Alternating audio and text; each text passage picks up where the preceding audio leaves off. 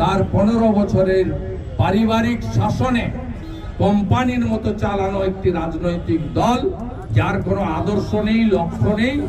যেদিন তিনি দিদি ছিলেন 11 সালের আগে বলেছিলেন, আমি ক্ষমতায় আনলে 6 মাসের মধ্যে শিল্পায়ন দেখিয়ে দেব। তিনি 6 মাসের মধ্যে টাটাকে তাড়িয়েছেন। তিনি 21 সালে বলেছিলেন ডবল ডবল চাকরি হবে।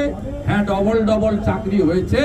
প্রাক্তন মুখ্য সচিব হরিকৃষ্ণ দ্বিবেদীর ডবল চাকরি হয়েছে। তিনি হিটকোর চেয়ারম্যান হয়েছেন, মুখ্যমন্ত্রীর অ্যাডভাইসার হয়েছেন। ডবল চাকরি হয়েছে আলাপন বন্দ্যোপাধ্যায়ের, তিনি ডবল ডবল চাকরি পেয়েছেন।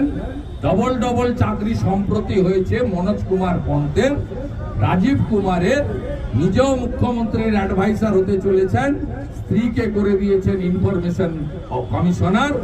ডবল ডবল চাকরি উনার সঙ্গে যারা করেন, এপাং ওপাং ঝপাং যারা করেন, যারা উনার সঙ্গে তাল মিলান, যারা প্রতীক জৈনের বাড়িতে ইডিকে বাধা দেয়, যারা ধর্মতলায় এসে কেন রাজীব কুমারের বাড়িতে সিবিআই যাবে ধর্ণা দেন, যারা বঙ্গভবনের সামনে নাটক করেন, বাড়ির শাড়ি পরে চলে যেতে পারেন, ভুলে গেছেন এত তাড়াতাড়িতে, সঙ্গে ডিব্বা আর মাইক্রোফোনটা নিয়ে যেতে বলেন না, তারাই ডবল ডবল চাকরি পেয়েছে।